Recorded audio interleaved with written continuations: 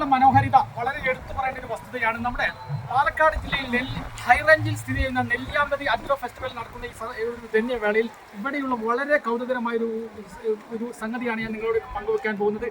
ചാമ്പ മരത്തണൽ എന്ന് പറഞ്ഞ ഒരുപാട് ചാമ്പകളും അതുപോലെ തന്നെ മലയും പല വിധത്തിലുള്ള ചാമ്പകൾ കൃഷി ചെയ്തുകൊണ്ട് അത് ഒരു ആറടി അകലത്തിൽ കൃഷി ചെയ്തുകൊണ്ട് അതിൻ്റെ അടിയിൽ ഇതുപോലെ ഫ്ലക്സുകൾ വിരിച്ചുകൊണ്ട് വളരെ ഇരിപ്പിടം ഒക്കെ ഉണ്ടാക്കി വളരെ ഉഷാറായി നിൽക്കുന്ന ഒരു കാഴ്ചയാണ് ഇപ്പോൾ കാണുന്നത്. ഇത് നെല്ലിയാമ്പതി അഗ്രോ ഫെസ്റ്റിവൽ വന്ന സമയത്ത് കണ്ട കാഴ്ചയാണ്. നിങ്ങൾക്കും ഇതുപോലെ വീട്ടിൽ നിങ്ങളുടെ ഒരു 2 സെൻറ്റ് സ്ഥലത്ത് ഇതുപോലെ നിങ്ങൾക്ക് ഇതേപോലെ ഈ ചാമ്പ മരം നട്ടുപിടിപ്പിച്ചു കഴിഞ്ഞാൽ അത് തണലുമാണ്. അതുപോലെ തന്നെ വളരെയധികം നല്ല ടേസ്റ്റുള്ള കായ ഇതുപോലെ ഉണ്ടാവും. അതേപോലെ തന്നെ വളരെ കാണാൻ നല്ല മനോഹരമാണ്. കൂടുതൽ വളരുകയില്ല. വളരെ നല്ല തണൽ കിട്ടുന്ന ഒരു സംഗതിയാണ് ഈ ചാമ്പ. അതുപോലെ തന്നെ വെൽവെറ്റ് ആപ്പിൾ ഉണ്ട്, അത് മലയൻ റോസ് ചാമ്പ.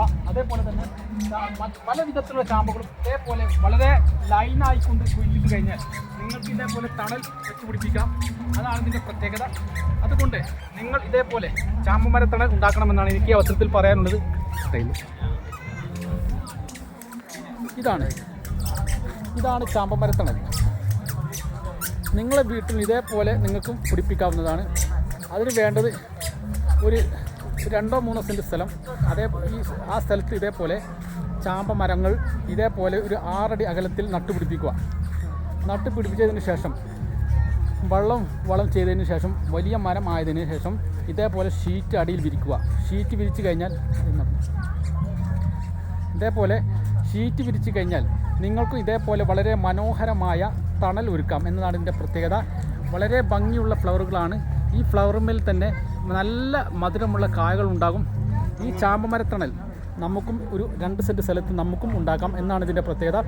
വളരെ വലിയ ഹൈറ്റ് ഇല്ലാത്ത മരമായതുകൊണ്ട് തന്നെ നമുക്ക് ആവശ്യാനുസരണം ഈ കൊമ്പുമേലൊക്കെ കയറി കളിക്കാം. അതേപോലെ തന്നെ ചെറിയ ഊഞ്ഞാലൊക്കെ ഉണ്ടാക്കാം.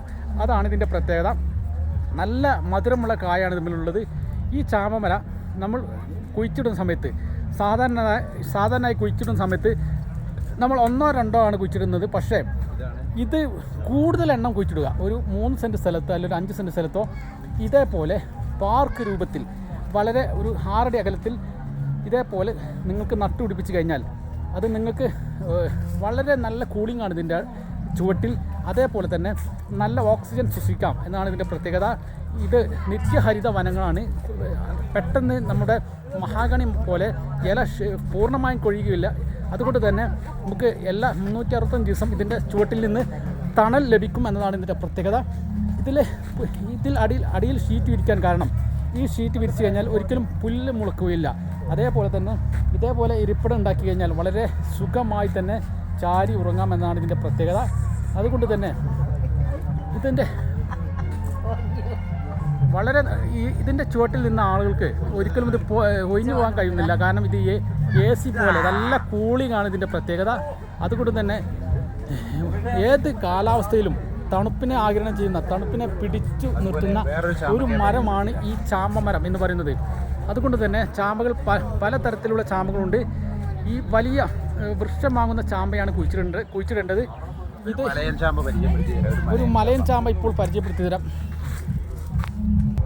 പ്രിയപ്പെട്ടവരെ, ഞാൻ നിങ്ങൾക്ക് പരിചയപ്പെടുത്തുന്നത് ഇത് ചാമ്പ മരത്തിൻ്റെ, അതായത് നെല്ലിയാമ്പതി ഈ അഗ്രോ ഫാമിലുള്ള ചാമ്പ മരത്തിൻ്റെ ഒരു തോട്ടമാണ് പരിചയപ്പെടുത്തുന്നത്. ഇതാണ് മലയൻ റോസ് ചാമ്പ എന്ന് പറയുന്നത്. ഇതിൻ്റെ പൂവ് വളരെയധികം റോസ് കളറാണ്. അതേപോലെ തന്നെ നല്ല ഭംഗിയാണ്. ഇത് 6 മാസത്തിൽ ഒരിക്കലാണ് ഇത് പൂക്കുന്നത്. ഇത് വെൽവെറ്റ് ആപ്പിൾ എന്ന ഒരു ഇനം ആപ്പിളാണ്. ഇതും ഇതേപോലെ ചാമ്പ മരത്തെ പോലെ നല്ല കുറച്ച് വലുപ്പം കൂടുന്ന ഒരു ആപ്പിൾ മരമാണ്. അതുകൊണ്ട് തന്നെ നല്ല ഭംഗിയാണ്. നല്ല തണലാണ് ഇതിൻ്റെ ചുവട്ടിൽ.